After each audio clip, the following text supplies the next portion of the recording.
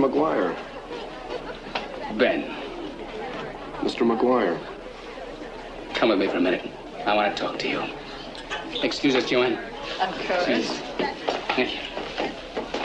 It's just I look at him and I can't believe it. I simply can't believe it. I just want to say one word to you. Just one word. Yes, sir. Are you listening? Yes, I am. Plastics.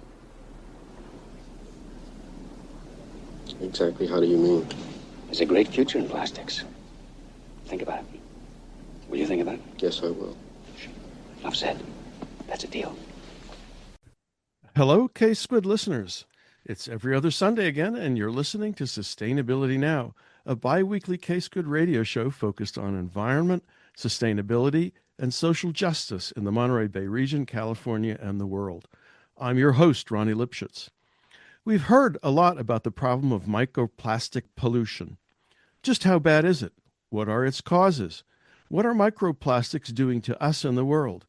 Is anything being done to stem the accelerating production and consumption of plastics that end up in our water, our air, in animals, and in human bodies? My guests today are Dr. Myra Finkelstein, adjunct professor in the Microbiology and Environmental Toxicology Department at UC Santa Cruz, and Dr. Stephen Mentor, a Santa Cruz climate activist and longtime environmentalist. Finkelstein has been examining the health effects of plastic ingestion on seabirds to better understand the consequences for marine wildlife and human health. Mentor works on campaigns in California to regulate the plastics industry and turn the tide of plastic packaging and consumption. Well, Drs. Finkelstein and Mentor, welcome to Sustainability Now. Thank you. Thank you for having us. Thank you, Ronnie. It's good to be here. So I thought that, we'll have more detailed introductions as we proceed, but I thought before we go into that, since we're talking about plastics, we ought to get some sense of what the scale of the problem is. Let me give like 2 or 3 numbers. Let's see, 1950, when we first start making plastics, it's about 4.4 billion pounds of rosin and synthetic fibers back in 1950 when this was just starting. By 2015, that number was 200 times that. So it's about 838 billion pounds of plastics, half of which is single use. In terms of microplastics in the globally, the number is around 3 million metric tons of microplastic released in the environment globally. Yeah, it'd be useful to know what that is in pounds, since you listed, you talked about the input materials in pounds, right, and the output in metric tons. Remember that, good folks. point. You hear about a lot of pounds. Let's go on and get started with plastic research and ingestion. Myra, who are you and how did you get into this business? Did you encounter plastics as a child? Well, I'm sure you did. Was your interest stimulated by something then or something later? So it was actually, I guess, the first sort of moment where I realized that plastic pollution was such a big deal was when I was in my 20s, and I spent a lot of time on a marine conservation vessel.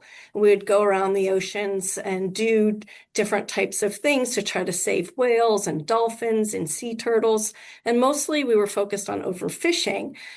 But when we were I remember on one specific trip, we were in the Atlantic, and it was one of those times when I loved it at sea, because you could just picture like the sea was just like glass, just like a bathtub.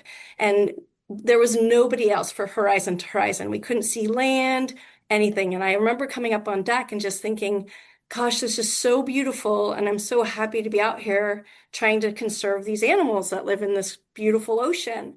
And then the ship crossed this really wide band of plastic trash. And we were like, everyone on deck just flipped out because we couldn't believe it.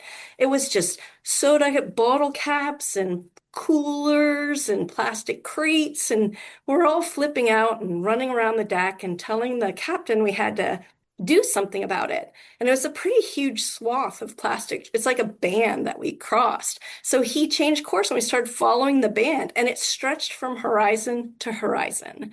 And we're like frantically just trying to pull up, whatever we can onto the deck, thinking, I just looked out and I thought, this is crazy. Like horizon to horizon, floating plastic trash. And this is in the Atlantic. So this is before the whole garbage patch thing was discovered.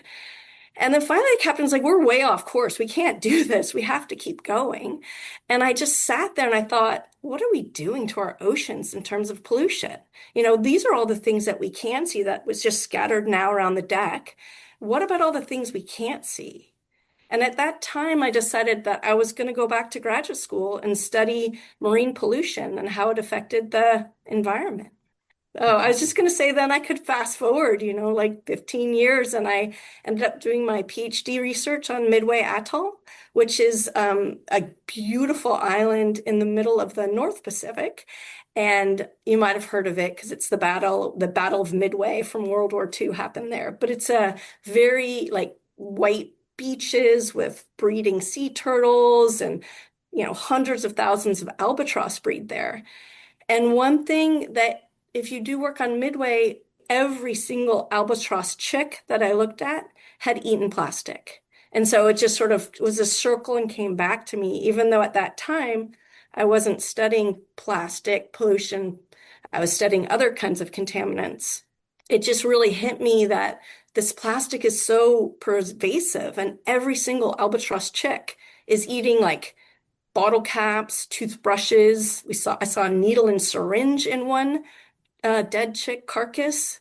Dead. That's kind of how I came to it. Yeah. Were these dead chicks that you were doing autopsies on? You didn't open live ones. No, no, no. I would never do that. So almost 500,000 chicks are born there. So you can look around and they do die. And so when they die, you can look in the carcass, and people that have maybe been familiar with this issue have seen some of those pictures of those bird carcasses full of plastic. A lot of that are these Laysan albatross chicks on Midway. Mm-hmm.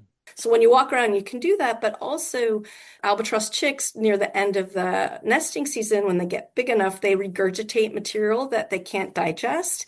Before plastic, that would be like volcanic rock or squid beaks. But now you can look in these like bowls of regurgitated material, we call boluses, and I cannot find one without plastic. They all have some kind of plastic, fishing line, bottle caps, sharp pieces of whatever types of plastic. So you've been doing research on birds, right? Lately. Yeah. Yeah. And so what does that entail? What are you looking for? What are you looking at?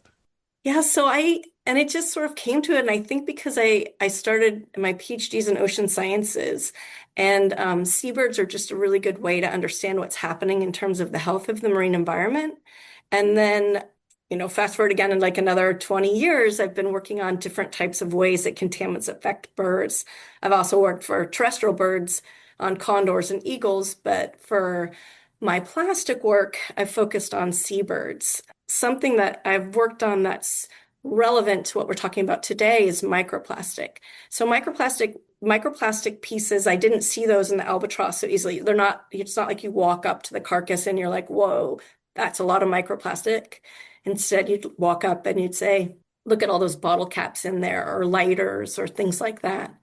But one project we did with a graduate student of mine was looking at microplastic pollution in the Monterey Bay here. And we looked at microplastic prevalence in seawater samples, in northern anchovy samples, and in common murres that eat anchovies. So just kind of looking at the prevalence of microplastics, seawater, fish, and common murres, anchovies. And alarmingly, we saw microplastic in everything, in all of it. We saw in 100% of the common murre samples, we saw microplastic pieces. And that was disheartening. And I think the one thing that was more disheartening is that we found that those microplastic pieces in those murres, some of those pieces were able to, we call it leach, but basically release toxic chemicals that could disrupt their hormone function. When you talk about microplastics, how big are these bits?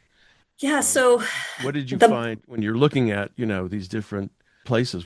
yeah, microplastics, and they're a little bit harder to find because they're smaller. So they're kind of broadly defined as something smaller than 5 millimeters in size. And so if you think about that in terms of just every day, if you like we collected MERS that died and washed up on the beach, so beach cast MERS. So you have to look in their digestive tract and try to find these microplastic pieces, but you can't see them very easily with your naked eye. That's why they're called micro. So you need to look at it under a microscope to be able to see, is it a piece of plastic, or is it just a little piece of rock, or is it just a piece of tissue?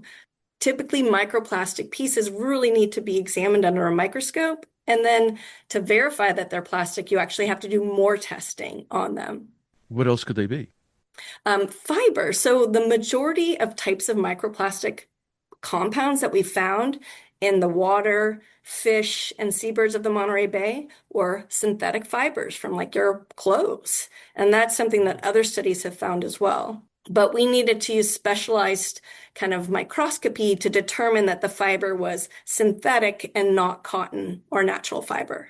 Did you find much in the way of natural fibers too? Some, yeah, but the majority were synthetic. But Or we did find synthetic? some cotton and natural fibers, yeah. I presume the natural fibers are digestible. Well, and Um, they don't leach these very toxic right. compounds that Right. the plastic does as well. So does the plastic get into the flesh of these birds, or is it the toxic chemicals that are, having the impacts? And what kind of impacts have you seen? Like, that's such a great question. And I think it's one of the things that we don't quite understand with microplastic research yet. How is it really harming us? And so for the birds, they're ingesting it. And so, well, we're seeing it in their GI tract. We didn't look in their lung tissue. Like for humans, microplastics have been found in lungs and in your stomachs. For the birds, we just looked in their stomachs. And we didn't look at this, but other studies have shown that the actual physical, like presence of the microplastic particle in your stomach can create problems. It is abrasive, it causes inflammation and just cell disruption, and it can just cause lesions and it can cause problems. Our focus of our research was to look at the ability of those plastic pieces to release these toxic compounds that then disrupt your hormone function. So then that causes, we call it systemic, that causes this sort of whole body widespread effect on your hormones that can last for a very long time. It can actually disrupt your developmental stage if you're a growing bird or child or something like that. And the long-term consequences of that, we just don't know what they are, but we know they're not good.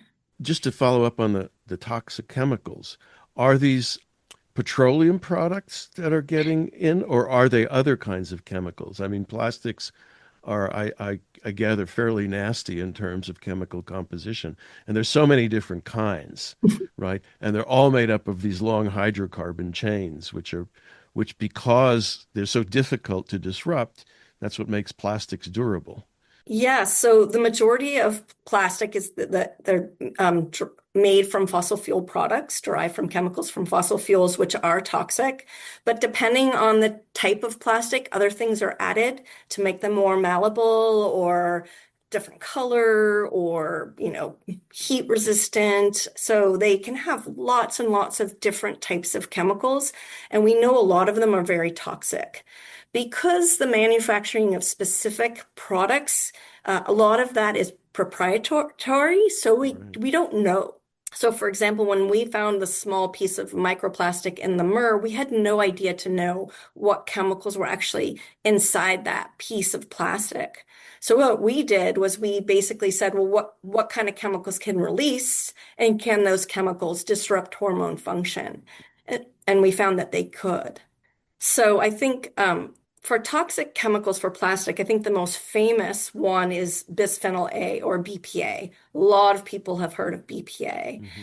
BPA has been really well studied. So the reason we know these compounds that are in plastic, these chemicals are toxic, is because researchers have picked out a specific one and done a lot of research on that particular one, like BPA, and found gosh, this is terrible. It really disrupts hormone function and it can have lots and lots of problems. And you definitely don't want it in your plastic baby bottle that's basically potentially leaching this compound into milk. And so, because of that, there's a lot of information we know about these like individual chemicals, but much less on the suite of chemicals that can go into these products. And you mentioned that hormone disruption. What is that about? What does it lead to? What does it entail? And this is the other thing is that, of course, you were looking at chicks, but what does it do in mature animals and presumably mature humans? Yeah, so for the common words, we did look at adults. And again, we don't really know what the long-term effects could be. We know from other studies that if you're given these compounds that we know disrupt hormone function, and a lot of chemicals that you can find in plastic are something that we call xenoestrogens or estrogen mimics. So they look like estrogen. So once they're released into your body, they basically mimic estrogen in a bad way and go and bind to all these sites that basically are estrogen receptors, and they activate the sites or they, mess up the site so estrogen can't bond, or they prohibit the site, but they just create havoc amongst your hormone system. And so that is one way that it can do that, can reduce reproductive success. It can cause reproductive abnormalities.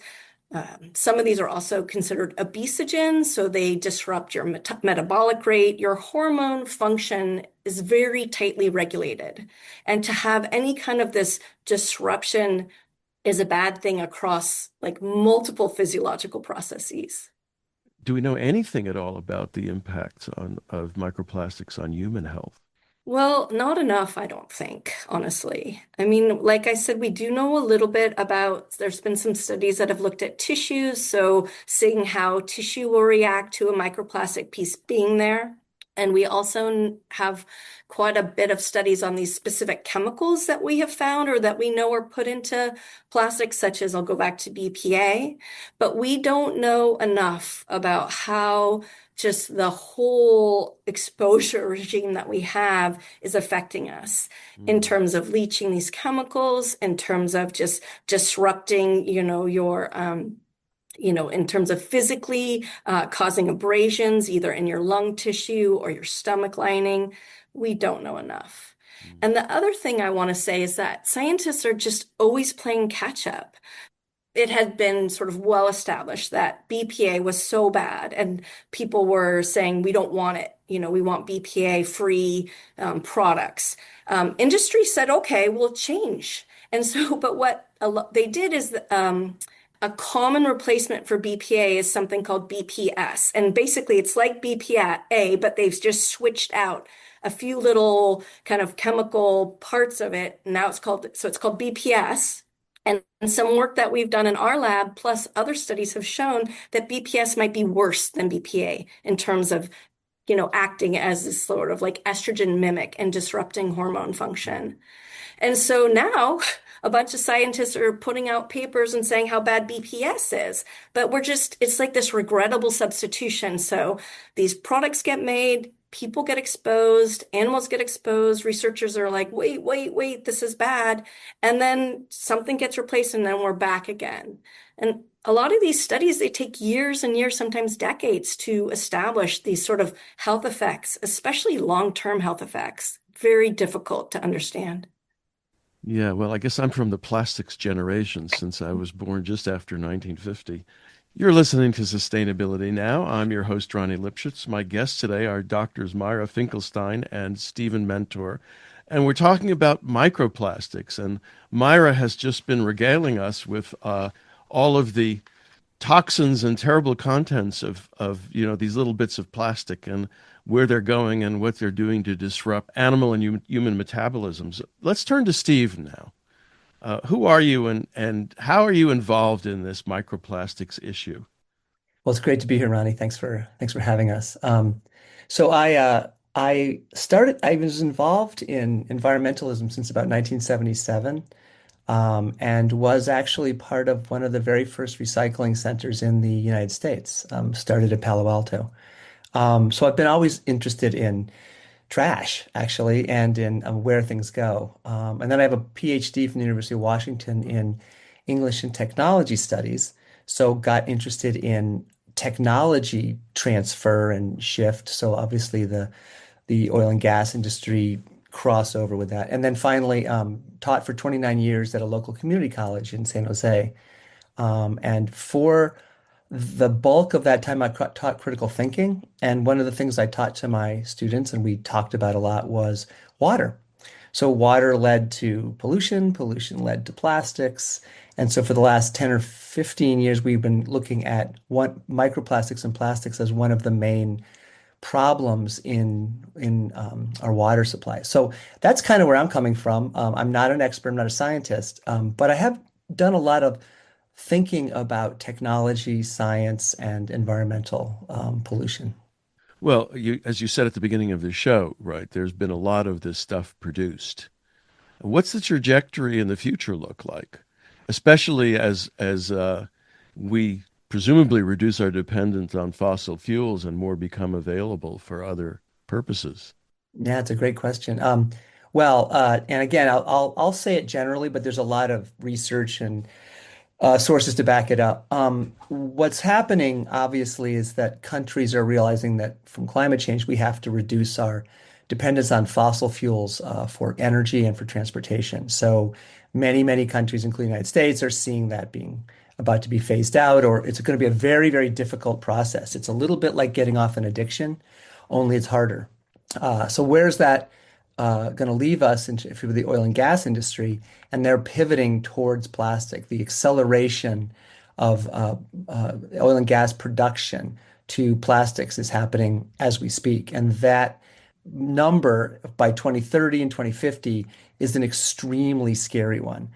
One of the things I'll talk about later is the plastic packaging. You'll notice it's everywhere in your life. Even go into Whole Foods. The Whole Foods are natural, and it's just tons of plastic. So it's accelerating to the point where the fight against plastic production upstream is going to be maybe more important in some ways than the fight to go over to an alternative form of energy and transportation fuels.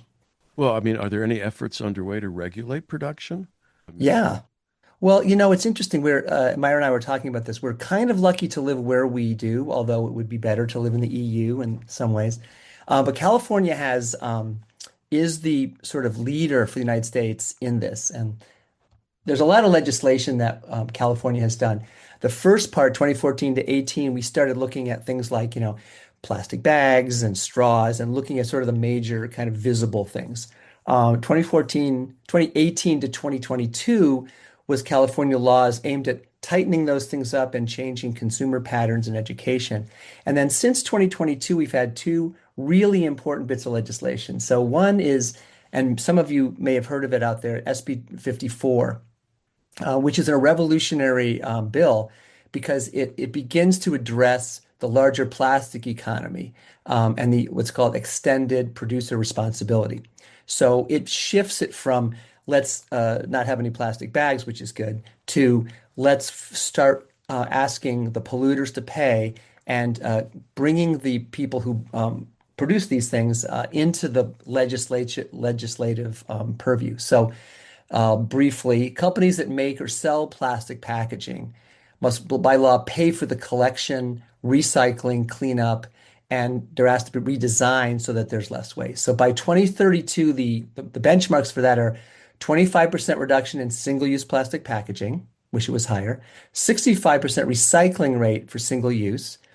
I love it, but it's unlikely, and 100% recyclable or compostable packaging. Again, that's a good one, and I think we could get there if the political will. And if you think about the cost of this, they're going to ask the plastic producers to pay around $5 billion over 10 years, starting in 2027, into a fund that would then go to mitigate the effects of the plastic pollution so far. So this is in Yeah. California, though. This is California. So SB 54 is the first one in the country, and it's very ambitious. It's got a large arc, And we're right at the point now where the rubber meets the road, if I can use a plastics metaphor, uh, to see whether the state has the political will to really make sure that these plastic producers do these things. One of the problems with the bill is that it's complicated, but there's a group of industries, and it's sort of like industry is supposed to be talking to itself to see how they're going to do this because that's the quote unquote cooperation. So in a little bit of this is the fox guarding the hen house, if you know what I mean. So we'll see whether that's going to be real and whether they'll be able to make sure that these benchmarks are made. One of the problems with this, then we could talk about this later as well, is that it's very unlikely that recycling is going to fix any of these problems. And so focusing on plastic recycling right now seems to me to be a poor way to do this. And that really we need to be looking upstream at stopping the production of so much plastic and not what do we do with the 10,000 different kinds of plastic that flow downstream and now show up as bottles and packages and so on. Over the years I've been doing this show, I've had a number of different people on talking about plastics, about the chemistry, about the issue of recycling. And recycling is a problem because until a few years ago, we could ship a lot of this stuff over to China in particular, and then China decided it wasn't going to take it anymore. And so I'm sort of curious, this is an aside, I want to come back to this, but where is all of this collected plastic going these days? Well, great question. Like one problem is it's going into the ocean. And I think the number is that by 2050 there'll be more plastic per pounds than fish in the ocean. Do So you mean some of to it's just say, flowing back out. do you mean to say that, for example, when the city collects plastics and it goes on somewhere, that the handler actually dumps them into the ocean? Or is this just the stuff that's not getting picked up? Yeah, Standing good starting to go distinction. back Yeah. into landfill, right? It's Yeah. sort of like, And landfill near oceans are a uh-huh, huge problem because you've uh-huh. got storm runoff. But another piece is that when you get, first of all, 6% of plastic is recycled. So it's a joke in some ways to think Right. all this plastic is getting taken out. It's hardly any of it. Most of it is getting landfilled or burned. And then, some of you probably know, a lot of it was being shipped overseas to China, where people were supposedly using cheap labor to separate it into value. And then I believe it was the Olympics, and China decided, wait a minute, we shouldn't be taking all this in. Also, it became very clear that it was an incredibly polluted recycling stream. And as all of us recyclers know, it's the pure stream is what you want. If it's polluted, then it's no good. So they were burning giant chunks of it, which is partly what created China's horrible skies. When So you say when they polluted, you mean with stopped, food scraps and things like that, right? polluted with all sorts of things, like Uh-huh. we sent some of it was paper recycling that had plastic in it. This is the problem in the Philippines right now. So anyway, what ended up happening was they said no, and then we moved it to Malaysia. And then Malaysia said no because every country that takes this realizes later that the people that took it on are making a profit, but the people that are the victims of it are people who are breathing the smoke in of the burning first world plastic burning in third world villages. And it's Malaysia and it's Vietnam. And there's a number of other countries that kind of go down that list. So we keep going to the next one. But right now, when China didn't take it, it backed up a lot of, you're right, it backed up a lot of plastics back up into the United States and places like Canada and Germany and so on. So there's no good answer because most of this plastic is not good for recycling. The other piece about recycling that you should, and um, I have a strong feeling because I used to be a recycling guy, right? So I was very pro recycling. It's a World War II kind of effort. We're all going to be in this and create a market. Um, Recycling from the start doesn't make sense with plastics the way we do it. One, because the kinds of plastics are too complicated. There's too many kinds of plastic that don't recycle well. So we have all these different kinds. If you've ever gone, you've gone right to something like a festival or a show, and you're trying to figure out where the different plastic goes and which ones go in. The answer is they're confusing because it's not clear even to people who recycle all the time. Clamshells, yes or no? Which city? So one is that the plastic isn't made for recycling. But two is initially recycling was driven by the plastics industry to put the onus of responsibility from producers onto the consumers. And it's never really changed off of that. The last piece is that if you look at where plastic comes from, as long as you subsidize oil and gas refining, the byproducts of oil and gas are used to make plastic. It's incredibly cheap compared to the cost of recycling. So there's never really been a market for plastics in the sense that we're making it again and turning it into benches. And the last piece I'll say about recycling is that unlike glass or some other things, plastics decompose and degenerate really quickly. So you can't circle them. There's not a circle. Once you've recycled them once, they really are no good anymore. Most plastic recycling is a one-off. So for all those reasons, even though I still think we potentially could have a good plastics recycling, right now that is a PR campaign by the companies to pretend like that's the solution when it's not. Well, you mentioned that this California law has producer responsibility in it, but that entails just putting money into a fund. In the EU, my recollection is that producer responsibility meant taking back the old cars and the old computers, and that they then had to do something with it. That's the first thing. The second thing is, where does that start? I mean, it doesn't start with the producers of the resin, right? No. It's so I wonder if I could tell my story because it's really I think this is the way I try to understand it. It's the story of the three women by the river, and it's attempt to try to understand who's responsible. Anyway, the short version of this, I heard this from an activist maybe 20 years ago, a couple decades. So there's three women sitting by a stream and they see a baby floating down the river, and the first woman comes in and saves the baby, takes the baby out. Oh my God. Then they see another baby coming. And so she goes in and gets the baby.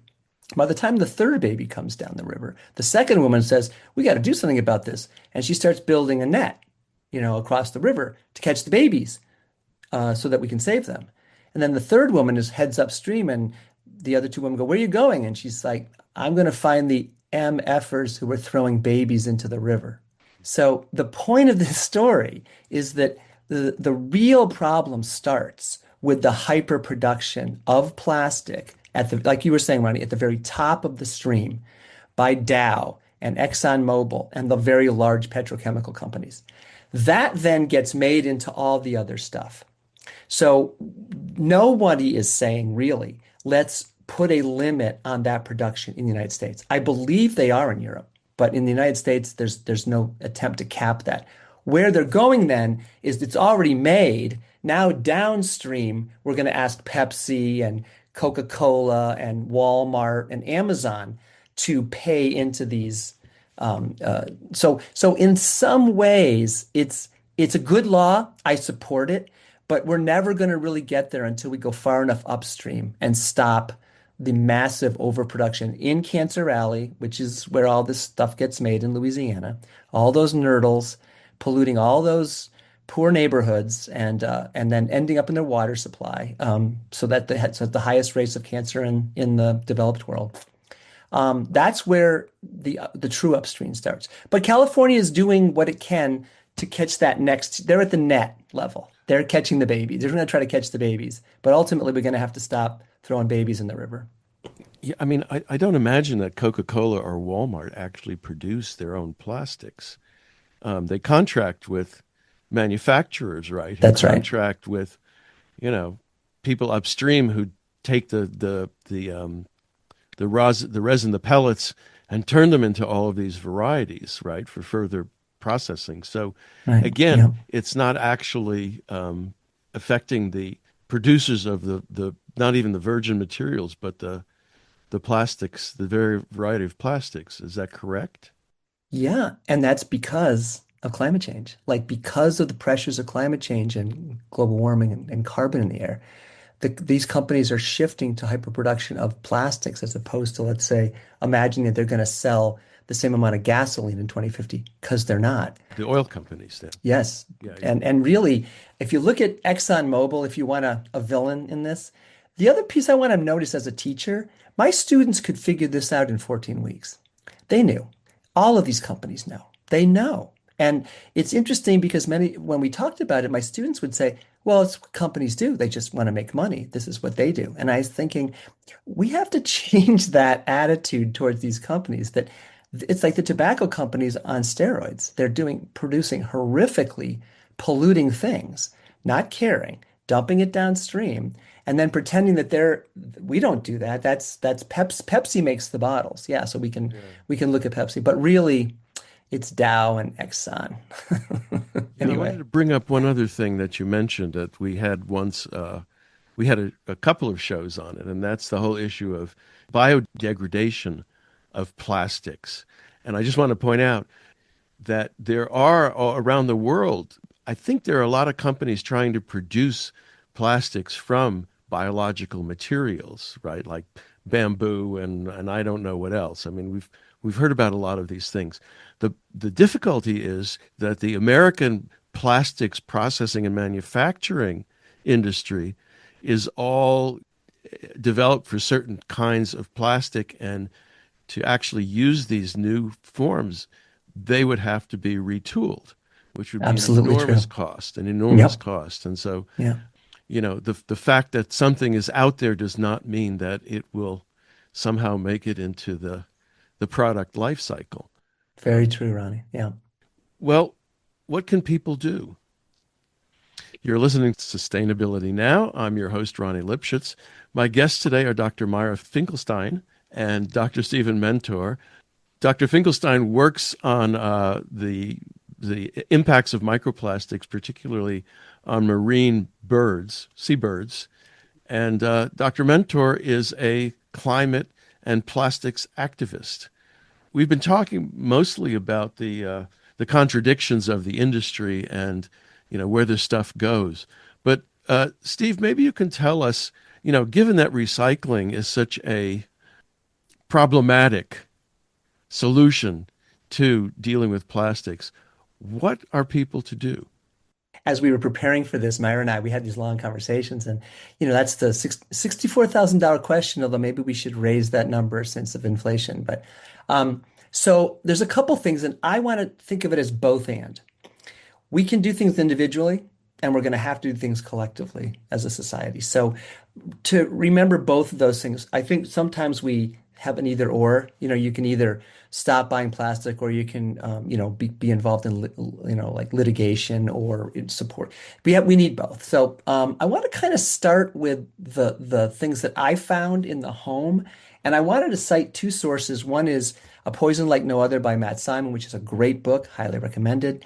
And the other one is the Netflix movie Plastic Detox, which has a kind of a shaky premise in some ways about fertility, but is a great primer on household stuff. And in the show, as you work through these couples with fertility issues and they're trying to like get rid of the plastics in their house, you see how many of these products shed particles in our homes. It's kind of mind-boggling. So it's good TV, and I think the science is good. There's a baby crawling on a synthetic rug, and you see all of the particles coming up, and the baby is inhaling those things, and the mother's inhaling them, and they're going into the breast milk. So lots and lots of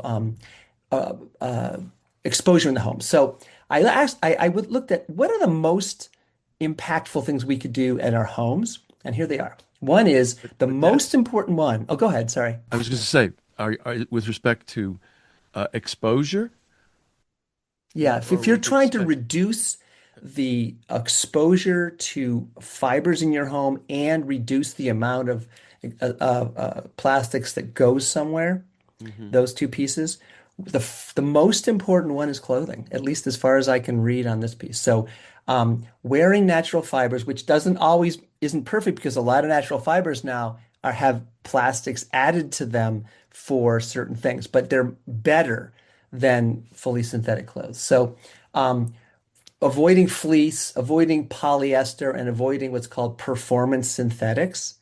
And remember, these come out in the wash and they go right through the machines down into the water treatment plant right by down there off of Bay. And most of that goes through. And guess what happens? It goes into the ocean where it hits Myra's fish and wildlife. Or it gets sequestered in sludge. So your polyester fibers are now in sludge. And guess where that goes? Onto your food in the form of fertilizers. So both bad. We don't want to do that. So the shift away, 60% of our clothing is plastic. So shifting away from that, making consumer decisions to no longer buy that is maybe one of the most important pieces. Definitely don't microwave stuff in plastic and don't buy single-use plastic when you can help it. Use glass and stainless steel. Filter your water. And this is going to sound funny, but remove your shoes at the door. Because when you come in from the outside, you're bringing in dust and dirt that is now, we pretty sure has a fairly large amount of plastics in it. One of the main causes of that are your car tires, right? So car tires throw up a huge amount. So one of the biggest, some people think it's actually bigger. It's first or second in most states in terms of microplastics in the air.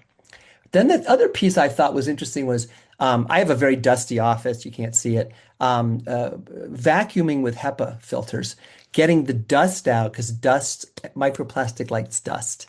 Microplastic to dust to inhale. Lastly, wash less frequently and use full loads and wash very gently and air dry when you can. So all those are ways to clothing. So all those are ways to reduce it. Yeah, sorry. And then in my house, we reduced all of the plastic cutting boards. We took them away, and we're using wood now. Think about all the plastic things you clean with.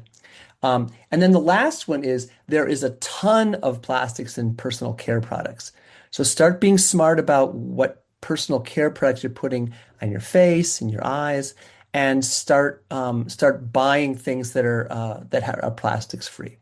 So those were the house ones that I thought were interesting. They have some on driving, like don't drive as fast. Go ahead. Let me raise a conundrum, which is that basically, and while I don't disagree with all of these steps, basically these are available to people with higher incomes, right? I mean, this is the Absolutely. same as so many other things, right? With junk Yeah. food and Yeah. right, the plastics are cheap, and Yeah. I don't when I go buy something, I don't necessarily consciously think about that. Of course, you can't get a metal computer anymore, and I noticed that our new car, doesn't hold a magnetic strip with the radio station logo on it. No, So anyway, you're very right about that. There's a privilege and a class issue here that is non-trivial. Also, as everybody knows, probably in the listenership, poor people bear the brunt of most pollution in this country, including microplastic pollution. So, on the other hand, these are still good things to think about whether or not one can afford them or not. I think buying fewer things and having them be safer for us. One of the things that was on there was about fast fashion and how in some ways fast fashion was one of the things that generated this because it's meant to fall apart and it's quick and then they make it uncool in the next 10 years or 5 years or 3 years. So you're constantly buying and throwing away clothing. I think we have enough clothing on the planet now to clothe every single person till 2070. Myra, do you have anything additional to recommend in terms of reducing exposure or to particular things? I know that may not be within your bailiwick, but Well, I guess I just wanted to say that it can be daunting and overwhelming. And what I like to think is don't think about saying that I'm not going to use any plastic or I won't buy anything with plastic, but just think about when you have a choice and you are able to bring your own takeout container and not use one or something like that, that's one less piece that you've then used yourself. So thinking of it that way, like don't don't become too overwhelmed, but just think about how can I personally not, you know, consume as much plastic this week as as I normally do. So more in that way. And definitely do not microwave your food in plastic, please. Yeah. okay. How about the socialized? No, it's really, and so I think if I'm a broken record, but upstream matters. So how do we begin to address the upstream problem with plastic production and the oil and gas, the petrochemical companies. One is being aware of what laws exist now. So supporting SB 54. California has a microplastics master plan that's also an advisory plan to that. So being aware of the people in our state who are moving on this and supporting them, voting for them, letting people know that our state's moving in the right direction, and paying attention to when we hit pinch points. So, for example, this is an important year as our eyes are going to be on whether this law really does force these companies to pay into that fund, whether we're going to get, whether we're going to have teeth. Another one is I part of a group, or I've worked with a group called Food and Water Watch. They're a very important piece. They've done a lot of good work on national microplastics. And one of the things about that's going on right now, you may have seen Robert F. Kennedy Jr. Talk about microplastics. It's the MAHA movement, Make America Healthy Again. There's a list for the EPA. I had it in my notes, but I don't see it right now. There's a list in the EPA. Yeah, the EPA has said it's going to regulate microplastics in water, right? Right. They're going to put it on the list that then supposedly gets monitored. Um, I don't think anybody in the environmental movement thinks that's likely to happen, but it's an important move. Food and Water Watch was pushing to get 5 governors to petition the EPA. That's kind of why that happened, I think. So there's going to be some kinds of I think, hearings. And so Food and Water Watch is a good place to start. Also, Beyond Plastics. Both of those are groups that are worthy of support. I work with Indivisible on the climate committee, and there's some great local people doing some legislative work, doing some activism. I personally would love us to start doing tours of local groceries with lots of us going through and just noting, and then asking our local grocery producers to push upstream about wanting less plastic. Our customers don't want it. And so there's lots of activism and education that we can begin doing. I think doing something personal and something political leads us to see that when we have enough of us that are doing this, things change. They really do. I mean, I think about, how long ago was it that we had the divine right of kings? So people change that, and people can change this, but it's going to take a lot of lifting, and also it's going to take political pressure on our representatives to be active around SB 54, and also the next steps of holding polluters responsible. You may have seen those flyers around town, Make Polluters Pay. There's a number of people in town who are working on those kinds of bills in the legislature. So those are some things I think that people can, and I do think it's a two-step. It's a personal connect with it, and then talk to your friends, educate yourself, watch the Plastic Detox. It's educational. But then finally, beyond voting, I think we're going to have movements that intervene in some ways so that the politicians have political cover for making it harder for these companies to flood us with plastics and kill not just, humans, but giant chunks of biota. And remember, it's connected to climate change. So those are some groups I think are worthy of joining. I want to quibble with you on two things. First of all, the thing about the divine right of kings, which I don't think we're past, but that's a different story. And the second Good one point. is campaign contributions that politicians Yes, respond absolutely. Yeah. to that, and I suspect Yeah. that's a major obstacle. Myra, I It- wanted to it- ask you're you. We're getting close to the end of our time together. I wanted to just ask you whether there is any research into the health impacts of microplastics on babies and young children, because there's nothing that energizes parents, like threats to their children. Is there anything? So not that I know of, and it comes back to the same thing where there's certain chemicals that are being researched and showing that they could have problems for, like, if they're in a baby bottle or something Yeah. like that. But understanding more about the suite of kind of toxic compounds our kids could be exposed to. No, there was something that we had thought about thinking about, because when my kids were young, there's all kinds of plastic package, that's filmy plastic that has, different candies and things that they suck on Mhm. and stuff like that that are very scary looking if you think about the types of chemicals that could be in there. And we actually found that some of those were able to disrupt hormone function as well. And they're just things that kids put in their mouths. So I don't know of a lot of active work in that area right now in terms of, again, looking at the suite of packaging that could be doing it. But I do think it's really concerning. And I think that as parents, we should be careful about what our kids are chewing on. Yeah. Yeah. Well, do either of you have any last thoughts or comments you want to make? Or are we all worn out by this?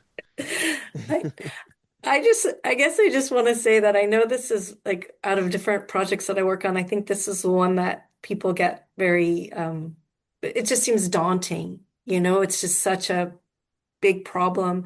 But again, I just like to think that we can still do something, and it's better to do something than nothing. So again, even if you just get your friends in together and bring your own takeout when you're eating at a restaurant that serves big portions, that's something, and something counts. So just wanted to leave it at that. Okay. Well, thank Yeah. you, Myra and Steve, for being my guests on Sustainability Now. Thank you, Ronnie, for this. Thank you so much. It's great to be here. You've been listening to a Sustainability Now interview about microplastics with Dr. Myra Finkelstein, adjunct professor in the Microbiology and Environmental Toxicology Department at UC Santa Cruz, and Dr. Stephen Mentor, a Santa Cruz climate activist and longtime environmentalist. Finkelstein has been examining the health effects of plastic ingestion on seabirds to better understand the consequences for marine wildlife and human health. Mentor works on campaigns in California to regulate the plastics industry and turn the tide of plastic packaging and consumption. If you'd like to listen to previous shows, you can find them at ksquid.org/sustainabilitynow and Spotify, YouTube, and Pocket Casts, among other podcast sites. So thanks for listening, and thanks to all the staff and volunteers who make KSQD your community radio station and keep it going. And so until next every other Sunday, Sustainability Now.